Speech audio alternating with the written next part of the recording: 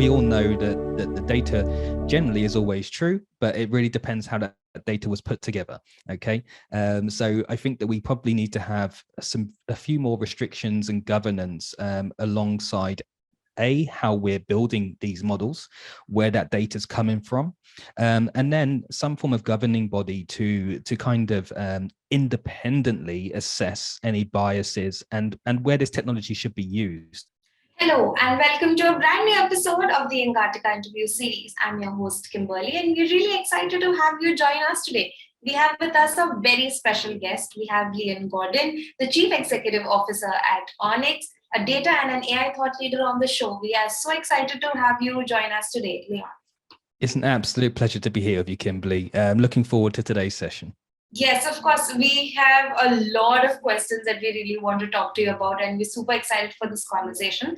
So, before that, let me tell you what the series is all about. So, the Engatica interview series is a powerhouse of insights from industry experts and influencers from around the world, a platform that shares the latest news on AI, automation, and business that will help you grow your businesses. So, come be a part of our community where we learn, share, and grow together. My first question to you, Leon, and probably the icebreaker would be, with your experience in delivering and developing AI and data solutions, what are some key challenges that organizations typically face when implementing these technologies? And how do you overcome these challenges, especially with ChatGPT coming into picture and everyone really trying to incorporate that? What are your views on this topic? There's honestly a never-ending list, so I'll try and keep it fairly concise. So the first key point to make is FOMO, so fear of missing out. This is exactly where a lot of companies are at the moment. As you mentioned, Kimberly, with the rise, shall we say, of ChatGPT and other large language models, companies are trying to adopt at pace now. What we've been finding over the years with AI technologies is that organizations really have to have their foundation right. And this goes back to that old saying of garbage in, garbage out. The data quality, that real foundation of your data has to be bulletproof to enable these type of technologies, artificial intelligence and other branches like machine learning to really sing and hum for you. And it's about taking organizations on that journey. Now, the adage that I use is that if you build your castle on sand as your foundation, your castle will end up in the sea.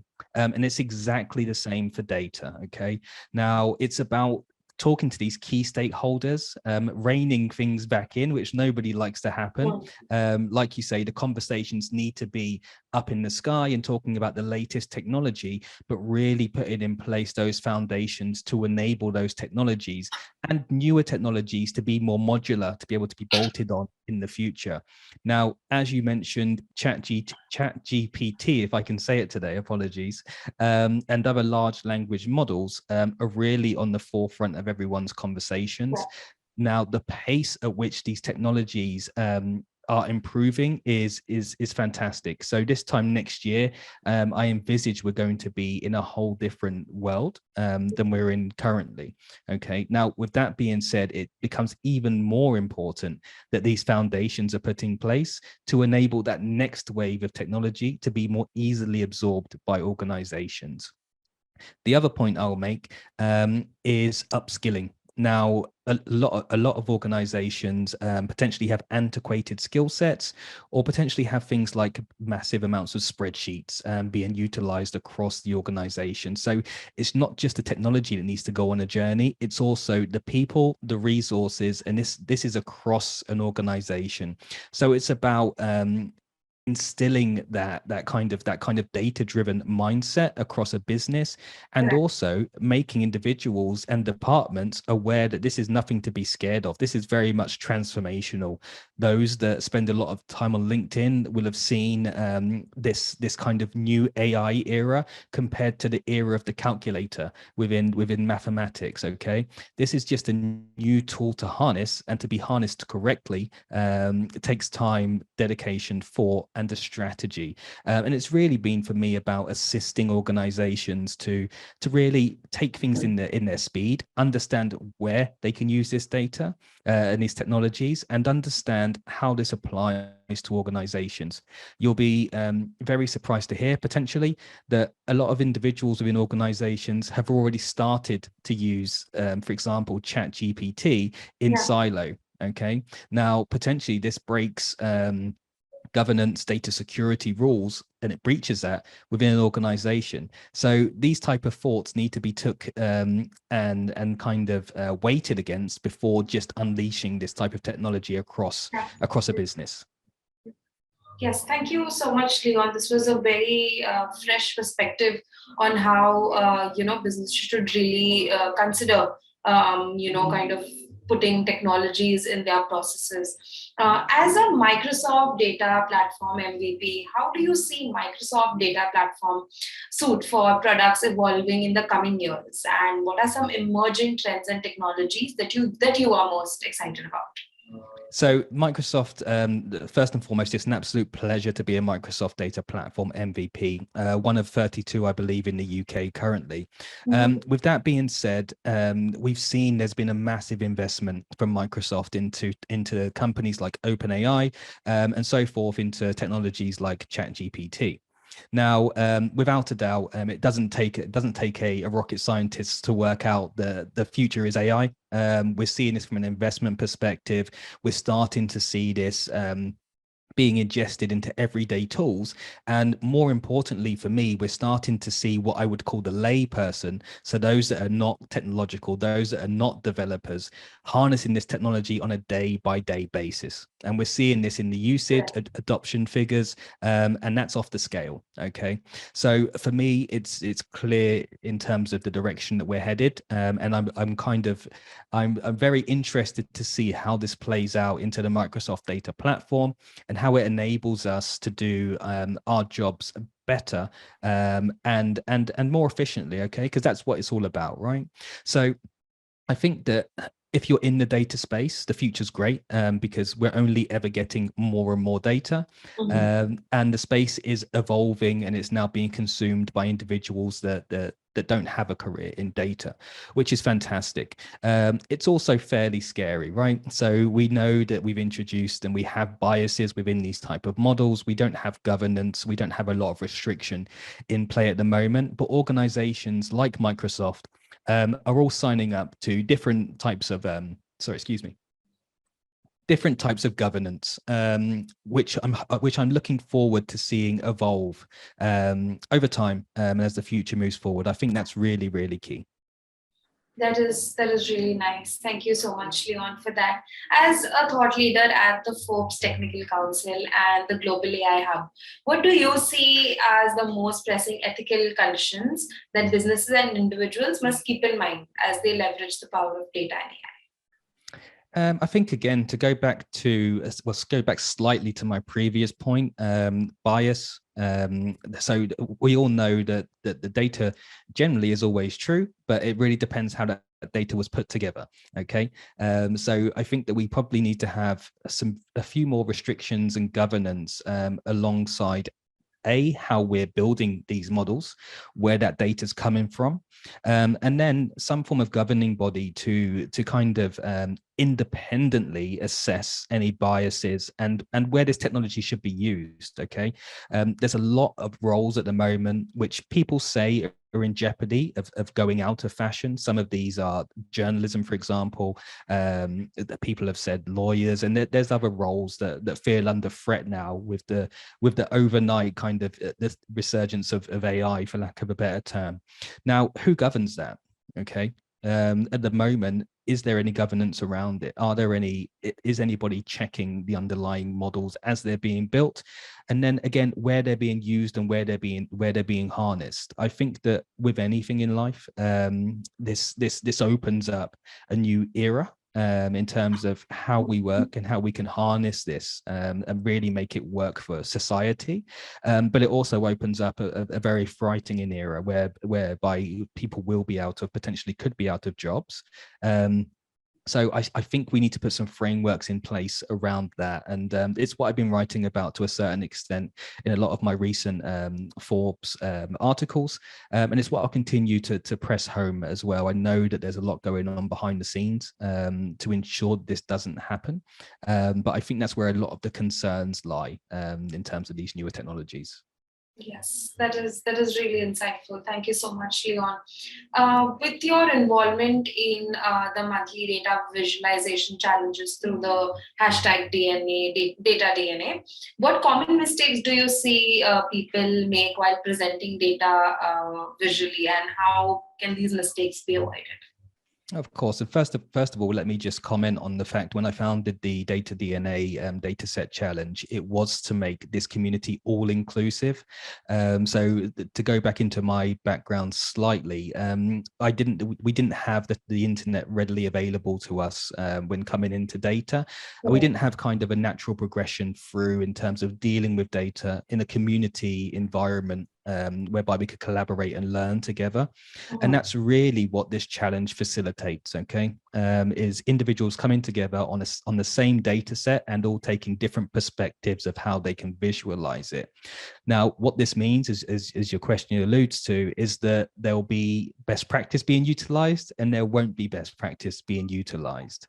Now, some of the common mistakes that I see from my own personal perspective is using the wrong visualizations for the data you're trying to portray. Okay, now this could be as common as this is kind of the old fable within data visualization, is using a pie chart for seven or 10 different categories worth of data. And it's all about learning how to present the data to the person that's going to ingest that data, is going to consume it. Okay, now this could be you're starting with your executive level team, and what they want is a real high level number of how things are kind of progressing. This becomes very visual in terms of using color to portray that. It could be the traditional red and green to say things are positive or negative. And then you could allow a bit more of a deep dive as they get more concerned or want to see what's going on with the data. As you go down that kind of food chain of consumers, you tend to add more detail. Now, if it's somebody consuming a report, then potentially they want that detail and to be able to go on their own journey with the data. Yeah. If you're presenting and telling a story with the data, then maybe you want more icons, more of a visual guide through what the data is telling you, as opposed to a single page of charts and tables, etc. So for me, the real key points is, first and foremost, before even visualizing your data, is understand what you're trying to say with the data, okay, and how you're trying to say it. Next, think about how you're going to communicate that to your audience, okay? Who is your audience? What do they need to know and how do they need to see this? Is it at a glance or is it in detail? At that point, you should be in a good position to start doing what I call the post-it note layout. This is taking post-it notes onto a piece of paper, so before you're even anywhere near a computer screen, and starting to draw out different visualizations of your data and moving them around the piece of paper to see how they look. Okay, at that point you should have a fairly rough wireframe that you can play around with, ask for assistance on, especially when working with clients, and you can go and use other tools to kind of lay this out in a bit more of a coherent design. It could be something like Figma, or it could be something as simple as PowerPoint. At that point, when you're happy with those type of designs, then you bring it into your tool of choice, whether this is Power BI, Tableau, etc., etc. It could be Excel, whatever your tool of choice is. That's when you really get into the nitty gritty. And then I say it's all about then making it feel, for me, I like my reports to be very UI driven, very much like a website or something that you would see, for example, as an infographic. So really then start to look at how you're presenting this data rather than just a blank page full of charts. Yes, thank you so much. Thank you so much for all these insights. And I'm sure what you really said is it is important to make sure that the data is being able to be decoded by the person who's actually going to use the information. So thank you so much for that, Leon. How do you approach developing data analytics solutions, and that are both technically and also address specific business needs for your clients? And what are the processes that you follow for ensuring that the solutions are effective and they achieve the business objective? Great question. And I'm not too sure we've got the time to go through it in as much detail as I would like. So I'll try and keep it fairly high level. So I think you've hit the nail on the head there. Is first of all, you need to align what you're trying to achieve with the data to a business objective or a business solution. And to do this, you need to talk to the business, gain an understanding of what's going on. What are the pain points? Is it processes aren't as efficient? Is it they need to generate more revenue, et cetera, et cetera. Now, once you've kind of defined what that use case is, once you've defined what that use case is and how you're going to utilize this data to add business value, it's then a case of understanding where that data is. Okay. Is there multiple sources of the data? Does the data even exist in the business currently? Is there any external data that could then further enhance the data set and provide more observations and more utilizing the data more towards the business goal? Okay. Then you need to agree that that data is robust and fit for purpose. Okay. That the quality's there, that the business agree on what the KPIs and the metrics and the definition of them are. Okay. That there's been countless times when I've seen analytics environments with, for example, commission defined in 15 different ways, and every organizer and every department thinking that they're using commission in the same way. This is fine when there is differences between those type of definitions, but when there shouldn't be, it's not fine. So it's really key to ensure that the data is robust, fit for purpose, and by all means accurate. Okay. Now, once you're at that stage, it's then about pulling in a POC, a proof of concept. Okay. Really getting that business value and getting that business value at pace. Okay. So this may mean that you don't have an all singing, really beautiful looking report to begin with, but the data is answering that business question. It's something tangible that can be used to in turn drive business value. Now, at that point, once you do have sign off, you've done everything you need to do. It's then about automating that process and then bringing it into a productionized environment. Okay. I would always say, look at the bigger picture. So always have the future in mind. So you could start off with a very small POC for a very specific business problem, but make sure that can scale. Okay. What we tend to see is that when organizations or departments get access to data that they haven't seen before, the floodgates open. This can be lots of reporting requests, lots of different ways of trying to harness that data, which is absolutely fantastic. This is what you want. You want people to start to be infused, to want to be involved, but you have to do that in a I wouldn't say in a restrained way, I would say in a controlled way. So if you start to think about that process at the beginning, it doesn't become a surprise at the end. Awesome. Thank you so much, Leon. You've really spoken to us a lot about how technology, about ethics, about how we can really, kind of put data at the right place that it should be. Thank you so much for this conversation. Are there any other sound bites that you would like to leave with our audience? No, definitely. Like I say, Kimberly, it's been an absolute pleasure for me to join yourselves and Engatica today for this session. And I look forward to hopefully joining you again in the future. What I would mention is that anybody trying to achieve, or any organizations that are looking to better their use of data in line with business value, then please do feel free to reach out to me at Onyx Data. It's onyxdata.co.uk. You can find us on the web or on LinkedIn. Alternatively, anybody trying to get into data as a career path, or something you're interested in, then please do come and join us at the hashtag DataDNA Dataset Challenge on LinkedIn. We would be happy to have you join our community. Thank you so much, Leon. We'll make sure that we link all the links that you've mentioned in the comment section and in the page, so our audience knows where to find you. So you're going to receive a lot of comments and a lot of insights, so heads up on that. But hey, thank you so much, Leon, for your valuable insights. It was lovely having you on the show. Thank you very much, Kimberly. My pleasure. And look forward to seeing you again soon. Definitely. For more content, subscribe to Engati and tap the bell icon so you get access to exclusive content coming from thought leaders from around the world. We'll see you in the new episode. So stay tuned. Bye-bye.